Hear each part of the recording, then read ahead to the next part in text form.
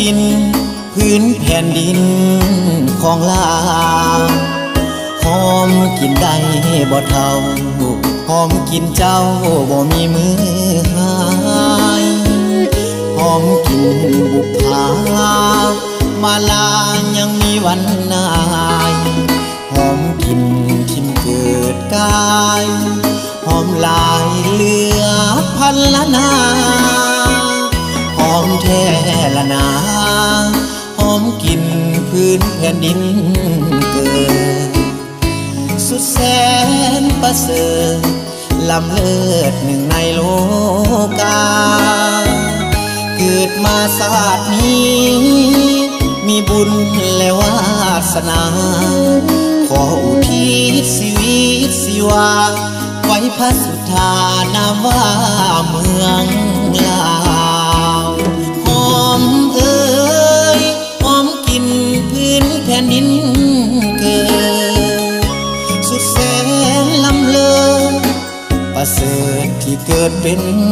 ลาวหอมธรรมศาสตร์ยายอยากอยู่แผ่นดินเฮาหอมกินบ่มีมือเศร้าหอมกินเจ้าบ่มีมือหายหอมพื้นทุ่งนาหอมป่าดงพงไผ่หอมกินข้าวใหม่ทางดอกไม้ยังซาบซึ้งใจหอมความเมตตาหอมแท้ละนาทั้งกายใจหอมกินพื้นดินนี้หลาย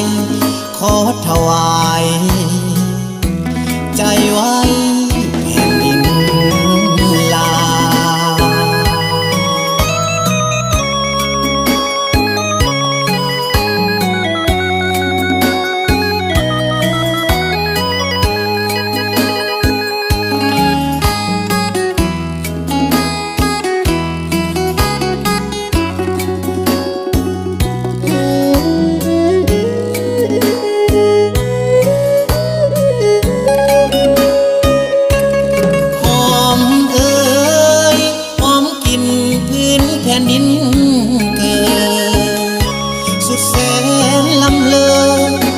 ประเสริฐที่เกิดเป็น